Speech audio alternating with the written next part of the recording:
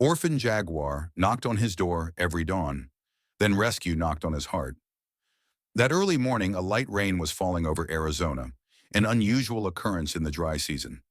Sam Callahan had lived in this part of the country for more than 50 years, and he could count on one hand the number of times he'd seen rain like this in late September. The droplets drummed softly against the old tin roof of his wooden cabin by the edge of the Coronado forest, creating a rhythm that pulled him from sleep long before dawn. At 74, sleep came in fragments anyway, broken by the aches in his joints and the memories that refused to stay buried.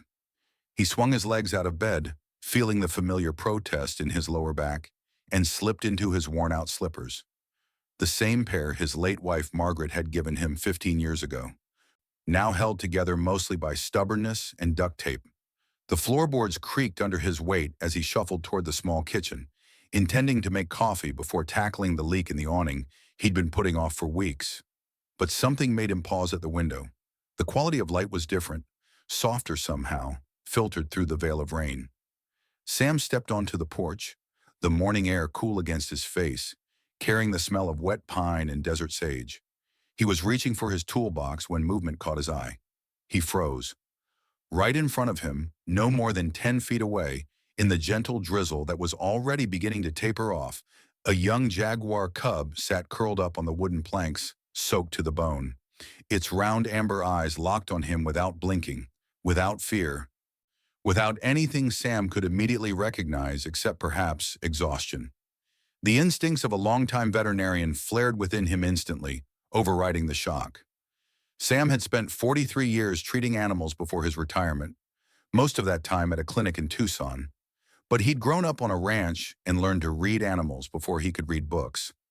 This cub was no more than 3 months old, he estimated, though it was hard to be certain. What was certain was its condition. Gaunt, with ribs visible beneath the spotted coat, trembling despite the relatively mild temperature, and clearly favoring one of its hind legs. When he took a careful step closer, expecting the wild creature to bolt, it didn't run. It simply watched him with those extraordinary eyes. Something in its gaze reminded Sam of his son, Daniel, who had been born with cerebral palsy and had passed away at the age of 19, nearly 30 years ago now. Daniel had looked at the world with that same mixture of vulnerability and fierce determination, refusing to be defeated by a body that wouldn't cooperate with his spirit. The memory hit Sam like a physical blow, unexpected and sharp, and he had to grip the porch railing for a moment. He took a slow breath, then moved with deliberate care. No sudden gestures. He went back inside, grabbed an old towel from the bathroom, filled a shallow bowl with water, and retrieved some leftover chicken from the refrigerator. His hands, which trembled these days even on good mornings, were surprisingly steady as he set everything gently on the wooden porch floor, then stepped back to give the cub space. The young jaguar watched each movement, head tilted slightly, as if trying to understand this strange human's intentions. Sam retreated to the doorway and waited. After what felt like an eternity but was probably only a few minutes, the cub limped forward, sniffed at the offerings, and began to eat with desperate hunger. It drank deeply from the bowl, water dripping from its muzzle. Only then did it seem to relax slightly, though its gaze never left Sam for long. When it had finished, the cub curled up again, this time on the dry towel, and within moments appeared to be asleep. Sam stood there for a long time, watching the rise and fall of the small spotted body, listening to the rain fade to nothing and the forest begin in its morning songs. He knew he should call someone, the wildlife authorities, the rangers, someone who dealt with situations like this, but instead, he went inside, made his coffee, and sat at the kitchen table by the window where he could keep watch. The cub slept for hours, occasionally twitching in dreams Sam could only imagine. The next morning, the sky had cleared to a brilliant blue that seemed almost harsh after the softness of rain. But the cub was still there, waiting on the porch as if it had been doing this all its life. Sam found himself smiling as he prepared another small meal. He'd spent the previous day reading everything he could find online about jaguars, their habits, their diet, their territories. Arizona jaguars were incredibly rare, strays from populations further south, and seeing one this close was extraordinary. A cub this young, separated from its mother, had virtually no chance of survival on its own. He named it Amber, after the glowing desert sunset color of its eyes, though he knew naming it was probably a mistake. Though retired with trembling hands and a weak heart that his doctor kept warning him about, Sam felt something return to life inside him that he'd thought was gone forever. A sense of purpose, of being needed by something beyond his own survival. But he also knew the rule, had lectured countless well-meaning pet owners about it during his career. Wild animals must not be domesticated. It wasn't fair to them, wasn't safe for anyone, and ultimately robbed them of their true nature. So after a few days of feeding and observing Amber, making sure the cub was stronger and the leg injury was minor, Sam made the call he knew he had to make. A ranger named Miguel Reyes arrived in a Forest Service truck late one afternoon, a man in his mid-40s with kind eyes and the weathered face of someone who spent most of his life outdoors. Miguel examined Amber with professional care, while Sam explained how the cub had appeared. "You did the right thing calling us," Miguel said, though Sam detected a note of sadness in his voice. "There's a rehabilitation center about 40 miles north. They're equipped for this. If the cub's healthy enough, they might be able to eventually release it back into appropriate habitat, maybe down in Mexico where there's a better population." Sam nodded, not trusting himself to speak. Although Miguel didn't hide his doubts about the cub's chances, a jaguar this far north separated this young, he agreed to transport Amber to the rehabilitation center that very day. Sam watched from the porch as Miguel carefully placed the cub in a specialized carrier. Amber didn't struggle much, as if it understood, and those amber eyes found Sam one last time before the carrier door closed. The cabin felt unbearably empty that evening. Sam tried to read, tried to watch television, tried to work on the crossword puzzle he did every Sunday. Nothing held his attention. He found himself constantly looking at the porch, expecting to see a small spotted form curled there. He told himself he was being ridiculous, that he'd done hundreds of wildlife rescues during his career, that this was no different. But it felt different. It felt like losing someone. Amber disappeared from his life, but only 2 days later, before dawn had fully broken over the eastern mountains, the sound of scratching at his door pulled Sam from restless sleep. He stumbled out of bed, confused, wondering if a branch had fallen against the house. When he opened the door, he nearly fell over in shock. The cub sat there, bedraggled and exhausted, but unmistakably Amber, as if the past 48 hours had been a dream. Sam called Miguel immediately. The ranger arrived looking as stunned as Sam felt. 15 kilometers, Miguel said, studying a map. Through mountains, forest, across at least one major road. I've never seen anything like this. They returned Amber to the facility, with Miguel promising to speak to his supervisors about the situation. It happened again and again. 4 times in 2 weeks, Amber made the journey back, each time arriving at Sam's door with the determination of a creature following an imperative stronger than human plans. The 4th time, Miguel didn't even get out of his truck right away. He just sat there shaking his head. "Sam," he finally said, "I've been doing this work for 22 years. I've seen bears return to problem areas, seen elk remember migration routes, seen ravens recognize individual people. But this cub, with its weak leg, making that trek repeatedly, choosing you specifically, I don't know what to tell you.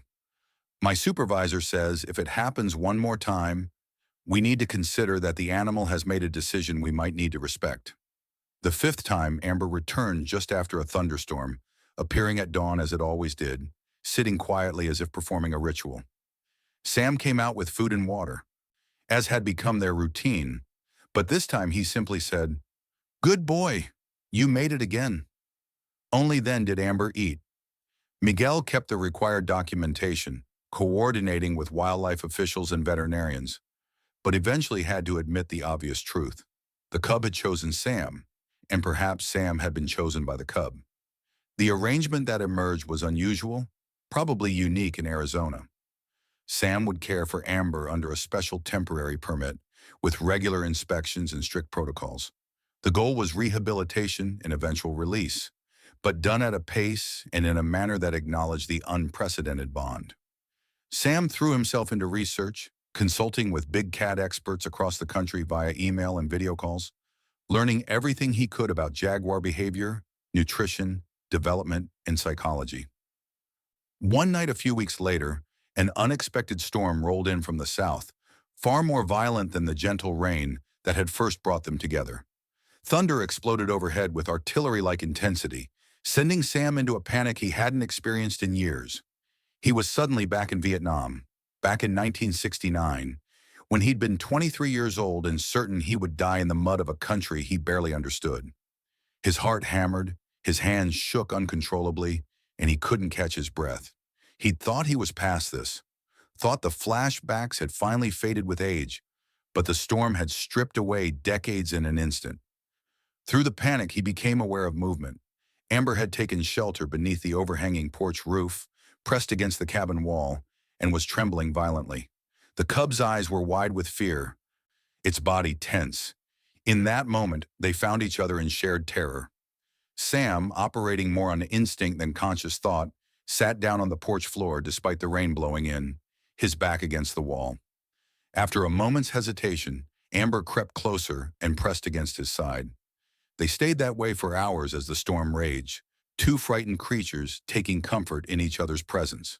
No words, no sound except the thunder and rain, only the warmth of another living being who understood, however imperfectly, what it meant to be afraid and not be alone. When the storm finally passed and the first light of dawn began to show, Sam realized his panic had subsided. His breathing was normal, his heart had stopped racing, and Amber, though still alert, was calm.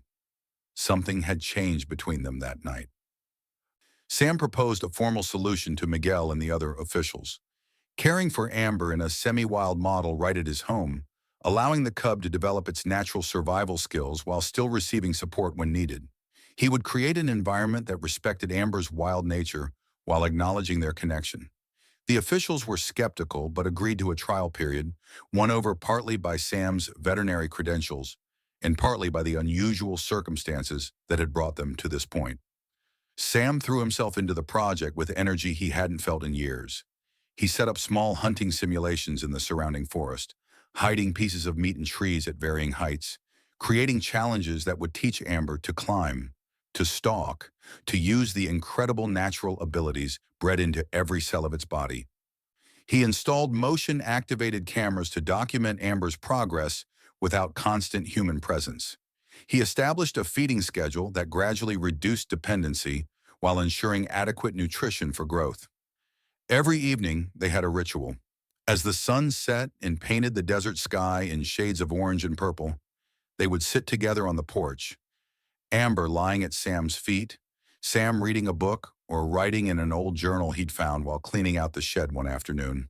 The journal had belonged to him in his younger days, filled with notes from rare animal emergency cases during his early years as a veterinarian.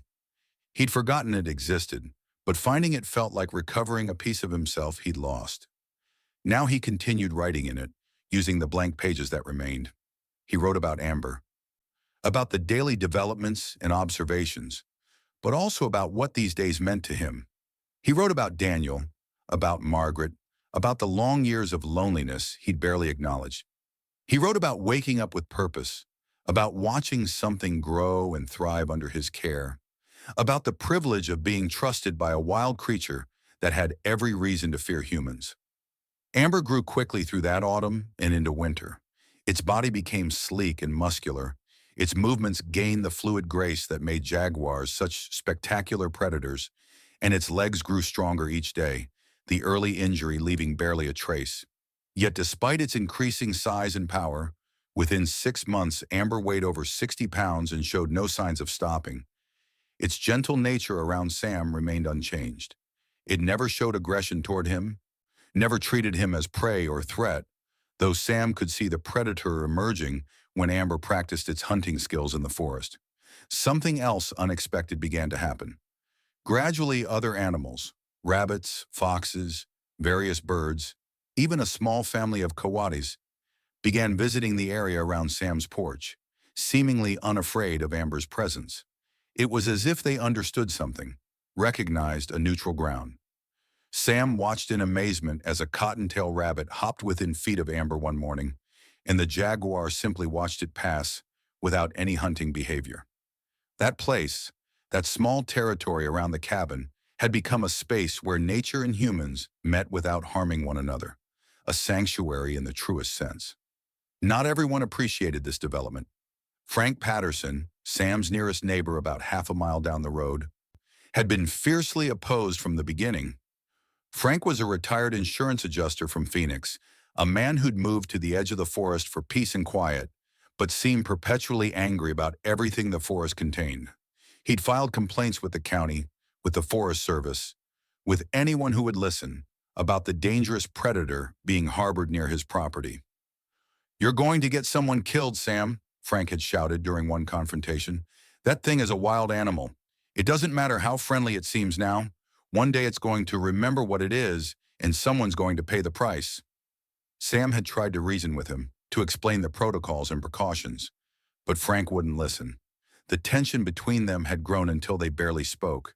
Frank glaring whenever he drove past Sam's property, Sam feeling both frustrated and guilty about the discord. Then on a cold January afternoon, everything changed. Frank's daughter and son-in-law had come to visit with their 7-year-old granddaughter, Emily. The girl had wandered off while the adults were talking, drawn by the forest as children often are. When they realized she was missing, panic ensued. Search parties formed quickly. Frank, his family, Sam, several other neighbors, all fanning out into the forest calling Emily's name. Sam had brought Amber, thinking the jaguar's superior senses might help, though he kept this mostly to himself. They'd been searching for over an hour, the light beginning to fade, when Amber suddenly became alert, focused on something Sam couldn't perceive. The jaguar moved with purpose, and Sam followed, his old legs protesting the pace. Amber led him nearly a mile into dense forest, to a place where a small ravine had been hidden by undergrowth. At the bottom, perhaps 15 feet down, Emily sat crying, her ankle clearly injured. Sam called out, and within 20 minutes Frank arrived with 2 other searchers. The look on Frank's face when he saw his granddaughter, then saw Amber sitting calmly beside Sam, was something Sam would never forget. They got Emily out safely, her ankle sprained but nothing broken. The paramedics who arrived shortly after said she'd been incredibly lucky. Another few hours in dropping temperatures without a coat could have been serious. From that day on, Frank changed. He never fully apologized, that wasn't his way, but he started bringing food over. Casseroles, fresh bread, once a carefully wrapped pot roast. He would sometimes stay to talk. Awkward at first, then gradually more comfortable. He'd ask about Amber, really ask, wanting to understand. One evening, he told Sam about his own son, Frank Jr., who died in a car accident 20 years earlier. He'd never gotten over it, he said. Never quite figured out how to live with that particular hole in his life. "I think I've been angry at everything ever since," Frank admitted, sitting on Sam's porch while Amber dozed nearby. "Angry at the world for taking him. When I saw what you had here with that cat, saw you happy, saw you building something good, I think I was angry at that too.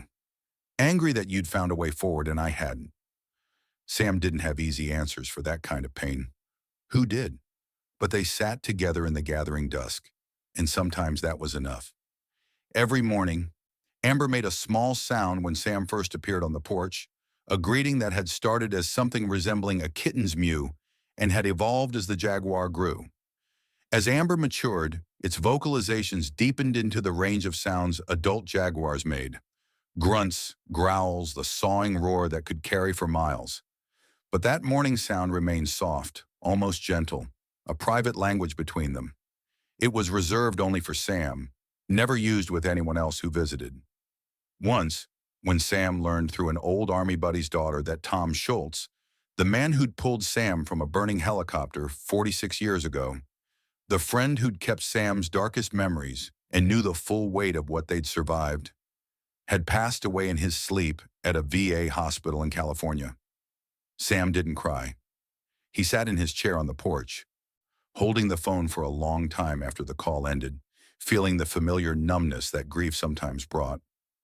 But Amber, who'd been exploring in the forest, returned within an hour, as if summoned by some instinct. The jaguar approached slowly, pressed its large head against Sam's leg, then lay down beside him and rested that great spotted head on his thigh. It was the first time Amber had initiated that kind of close physical affection on its own, without invitation or prompting. They stayed that way the entire afternoon, Sam occasionally running his hand over the soft fur, neither of them moving much, just being present. When evening came and Sam finally went inside, his eyes were wet, but he felt less alone with his loss. As Amber continued to mature, approaching its first birthday, it began to disappear for longer periods. This was expected, encouraged even. Sam knew the jaguar needed to establish territory, to explore, to become fully itself. But each time Amber left, Sam felt the worry gnaw at him. What if this was the time it didn't come back? What if some rancher shot it, mistaking it for a threat? What if it was injured, suffering somewhere beyond his reach? Then one evening in early spring, Amber returned not alone, but with another jaguar, a female. Sam was sitting on his porch enjoying the cooling air after a hot day when he saw them emerge from the tree line. The female was slightly smaller than Amber, but more muscular, her coat darker, her bearing wary in a way Amber's had never been. They came to the edge of the porch, Amber offering that soft morning sound in greeting, the female hanging back, eyes fixed on Sam with an intensity that was pure predator. Sam barely breathed. He understood instantly what this meant. Amber had found a mate. Over the following weeks, the female would occasionally appear with Amber, always cautious, always maintaining distance, but not leaving. Sam called her Zara, though he never said it aloud in her presence, suspecting she would resent the presumption of naming. She was magnificent, wild in a way Amber had never quite achieved, and Sam respected her boundaries absolutely. A few months later, on a summer morning, Sam witnessed something extraordinary. Amber and Zara emerged from the forest with two cubs, tiny spotted bundles of energy that tumbled over each other and pounced on anything that moved. They were maybe 6 weeks old, their spots still bright, their movements uncoordinated. Amber brought them to the porch as if presenting them, as if saying, "This is where I came from. This is safe." Zara positioned herself between the cubs and Sam, a mother's protective instinct overriding any trust Amber had established. Sam simply smiled and stayed still, letting them explore on their own terms. After about 15 minutes, Zara led the cubs back into the forest, but Amber lingered a moment, offered that soft sound, then followed. They came back several times over the next weeks, the cubs growing bolder each visit, though Zara never truly relaxed. Then one morning, Amber arrived with only one of the cubs, the smaller one, cradled carefully in its mouth. When Amber set it down, Sam could see immediately that something was wrong. The cub's hind leg was injured, the paw swollen. It was an echo of Amber's own early injury, and Sam's heart clenched at the sight. He stood and took a step forward, intending to examine the cub, but Zara materialized from the tree line with a warning growl that froze him in place. She positioned herself between Sam and her injured offspring, every line of her body radiating threat. Sam understood. He was being told in no uncertain terms that this was not his decision to make, not his cub to touch. He simply stood there, waiting, respecting her authority as a mother. The standoff lasted several long minutes. Then Amber moved, positioning itself beside Zara, and made a series of low sounds Sam had never heard before. He couldn't understand the communication happening, but he could see its effect. Zara's posture shifted slightly, though she didn't move away from the cub. Amber looked at Sam, held his gaze for a long moment, then gave what Sam could only describe as a subtle nod, a slight forward movement of the head, an acknowledgement, an invitation. Sam took it as permission. He moved slowly, telegraphing every motion, and knelt down. Only then did Zara step back, though her eyes never left him, and every muscle remained coiled for instant action if needed. Sam examined the cub's paw with gentle hands, hands that remembered 40 years of veterinary medicine. A thorn deeply embedded, infection already starting. He had the tools inside, the antibiotics. He looked at Zara, at Amber, and said softly, "I need to go inside for supplies. I'll be right back." As if they understood, neither jaguar moved. He worked quickly, extracting the thorn, cleaning the wound, applying antibiotic ointment. The cub mewed and squirmed, but didn't truly fight. When Sam finished and stepped back, Amber moved forward and gently picked up the cub. Zara approached, sniffed her offspring carefully, then looked at Sam. It was only a moment, only a glance, but Sam felt the weight of it.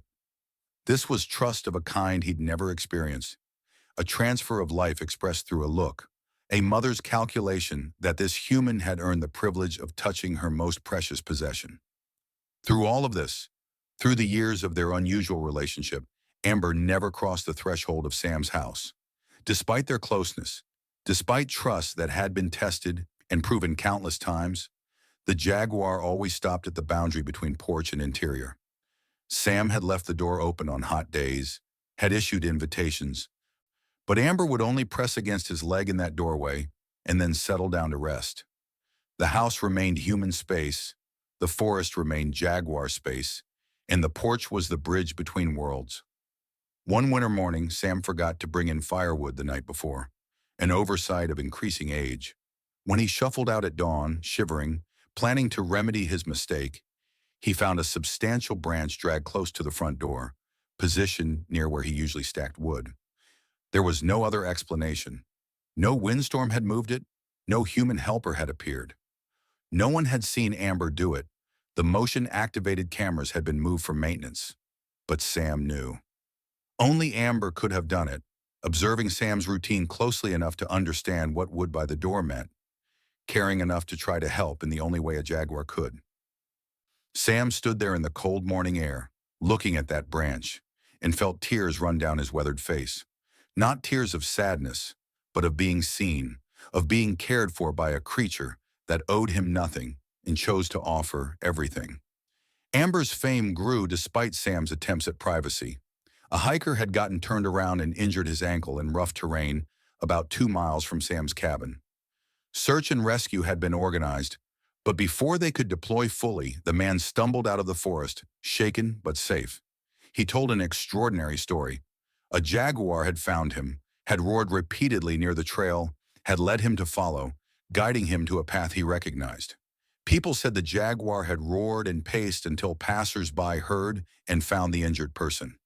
The news spread through local channels, then regional, then somehow made it to a national news program looking for heartwarming stories. Reporters showed up at Sam's property.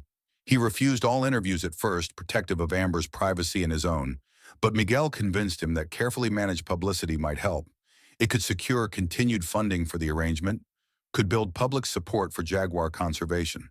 So Sam agreed to one interview, only one, with a journalist named Sarah Chen from a Phoenix newspaper. She was respectful, thoughtful, and her article captured something true about the relationship without sensationalizing it. But to Sam, the incident was simply Amber doing what felt right, because it once received the same. Amber had been a desperate, injured cub that Sam had helped, and now it helped others in turn. There was a beautiful symmetry to it that needed no deeper explanation. The publicity had an unexpected benefit. People began reaching out, asking if they could visit, if Sam would consider expanding what he'd created. At first, he dismissed the idea. He was 80 years old, tired more often than not, hardly capable of running some kind of facility. But Miguel and others persisted, offering help, offering structure. Eventually, Sam agreed to try. Amber Haven opened quietly without fanfare, 2 years after Amber had first appeared on Sam's porch. It wasn't a zoo, wasn't even really a sanctuary in the traditional sense. It was an educational center, a place where people could learn about wildlife rehabilitation and coexistence, where injured animals could receive care before release, where the boundaries between wild and human could be negotiated with respect. The core of it was Sam's cabin and the surrounding land he owned, with additional acreage secured through conservation easements. A young black boy named Terrence Davis was among the first regular visitors. He was 12, small for his age, quiet in the way of children who've learned that speaking up brings trouble. His teacher, who'd heard about Amber Haven, brought a class on a field trip, and Terrence was the only one who didn't want to leave when the bus returned. He asked Sam, very formally, if he could come back on his own time. Sam learned over subsequent visits that Terrence was bullied constantly at school for his love of nature, for spending lunch periods reading about animals instead of playing sports, for being different in a small town that didn't always appreciate difference. At Amber Haven, he came alive. Sam taught him how to care for injured birds, how to read animal tracks, how to move quietly through the forest without disturbing its rhythms. And Amber, slowly, over many months, accepted the boy's presence, eventually allowing Terrence to sit on the porch during evening sessions. A legacy was being passed on, though Sam hadn't planned it that way. Terrence began volunteering every weekend, then several days after school. Other young people followed. Sam found himself teaching again, sharing knowledge he'd accumulated over a lifetime. Watching these kids discover the same wonder he'd felt as a boy on that ranch all those decades ago. Then came the morning Sam's heart finally betrayed him seriously. He'd been feeling off for a few days, attributing it to age and the lingering summer heat, but when the crushing chest pain hit, there was no mistaking it. He managed to call 911 before collapsing on his kitchen floor. The ambulance arrived within 20 minutes, good response time for such a rural area, and rushed him to the hospital in Tucson. He was in intensive care for 3 days, in the hospital for 2 weeks total. The heart attack had been significant. He would need medication, lifestyle changes, close monitoring. He might not be able to live alone anymore, the doctors suggested gently.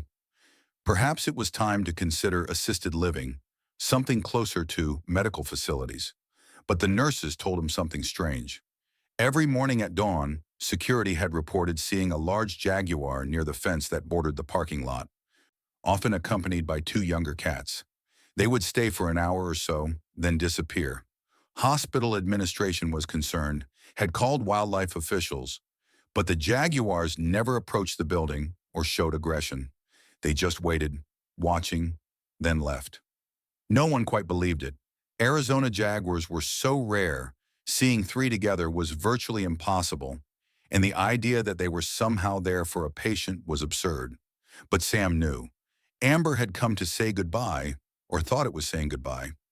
The thought of that vigil, of Amber returning with its grown cubs to watch over him from the only distance it could manage, broke something open in Sam that the heart attack hadn't touched. He wept for the first time since the attack, great heaving sobs that alarmed the nurses until he could explain, "I'm okay. I'm just grateful." He was discharged on a Thursday morning, Frank Patterson insisting on driving him home despite Sam's protests that he could manage. The drive was quiet, the desert landscape rolling past, familiar and beloved. When they pulled up to the cabin, Sam felt a surge of relief so profound it was almost painful. He was home, but not forgotten. A few days later, as Sam was still recovering, moving slowly, relearning the rhythms of his life with the shadow of mortality closer than before, the familiar sound came at sunrise, that soft greeting, unchanged despite everything. Sam made his way to the porch, moving carefully, and there was Amber, now fully mature, perhaps 400 pounds of pure predator grace, but offering that same gentle sound from years ago. "Hey, old friend," Sam said, his voice rougher than he remembered. "I'm still here too." Amber approached closer than usual and very carefully pressed its massive head against Sam's leg, a gesture from cubhood, absurd now given the size differential, but unmistakably the same. They stayed that way for a long time, the old man and the jaguar, as the sun climbed higher and painted everything gold. After that, Amber's visits became less frequent again. This was natural. The jaguar had its own life, its own family, its own vast territory to patrol and protect. But it never truly disappeared. Every few weeks, sometimes every few months, that soft sound would come at dawn, and Sam would emerge to find Amber waiting. Sometimes Zara came too, sometimes the cubs, sometimes Amber came alone. Each visit felt like a gift, unearned but cherished. Years passed. Sam turned 80. Amber Haven continued to grow, now with a small permanent staff and a rotating cast of volunteers. Terrence, now 16, was talking about studying wildlife biology in college, maybe becoming a veterinarian like Sam had been. Frank still came by regularly, had become something like family in the way people do when shared experience forges bonds stronger than blood. The jaguar tracks still appeared around Sam's porch, sometimes fresh, sometimes days old. One morning, Sam found small tracks alongside the large ones, a new generation. He sat in his wooden rocking chair, wrapped in a blanket against the autumn chill, holding his old journal that was now almost completely filled. He'd need to start a new one soon, he thought, though he wondered if he had enough time left for that. When the wind passed through the pine trees with that particular whisper that happened only in the early morning, Sam heard a sound. Maybe it was real. Maybe it was memory. Maybe at 80, the boundaries between those things didn't matter as much anymore. It was Amber's sound, that soft greeting, reminding him of presence and connection and trust given freely. Every few years now, a new cub would appear, touch its nose to Sam's doorstep in a gesture that couldn't be instinctive, had to be taught, then leave. A generational ritual passed down through a jaguar family, teaching each other about the man who once saved one of them.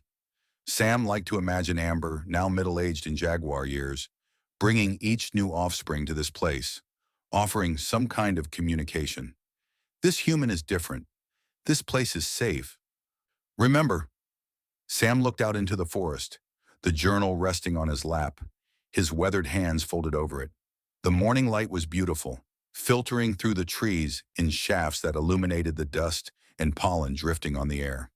His heart was weak, his body was failing in the ways bodies do, but his spirit felt strangely light. When the sound came again on the wind, real or imagined, does it matter? Sam smiled and answered in silence. I'm still here too. I still remember you. And in that moment, sitting on the porch of the cabin he'd called home for more than 50 years, Sam Callahan understood something fundamental. That the connections we make, the trust we offer and receive, the small acts of kindness we extend across the boundaries of species and circumstance, these things echo forward in ways we can't predict and don't control. Amber had been a gift, yes, but Sam had been a gift too, to a desperate cub in the rain all those years ago. The sound came once more, unmistakably real this time, and Sam turned his head to see a young jaguar cub, perhaps 3 months old, sitting at the edge of the porch. Its amber eyes watched him without fear, and in them Sam saw the continuation of something precious and rare. Well, he said softly, reaching for the towel he kept by the door now, just in case. Let's see about getting you breakfast. Some stories, he realized, don't have endings. They just keep beginning again. Every rescue begins with a heartbeat that refuses to give up. We're grateful you chose to listen to this one. If you'd like to hear more stories like this, a simple like or subscribe means the world to us.